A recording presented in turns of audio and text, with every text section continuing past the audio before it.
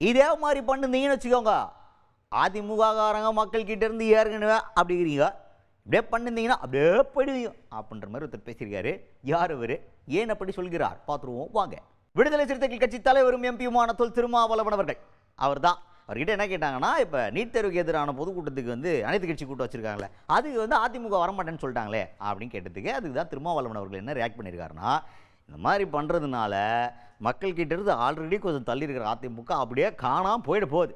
பாஜகவுடைய நல்லெண்ணெல்லாம் வேணும், அவங்களுடைய இணக்கமான ஒரு நட்பு வேணும் அப்படிங்கிறதுக்காக மக்கள் கிட்ட இருக்கிற ஆதரவை கொஞ்சம் கொஞ்சமாக எழுந்து நடு ரோட்டில் நிற்க போகிறாங்க அப்படின்ற லெவலுக்கு பேசியிருக்கார் திருமாவளவன் அவர்கள்.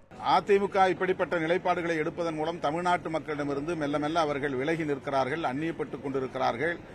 அவர்களே அவர்களுக்கான சரிவை நோக்கி போய்க் கொண்டிருக்கிறார்கள் என்றுதான் கருத வேண்டியிருக்கிறது.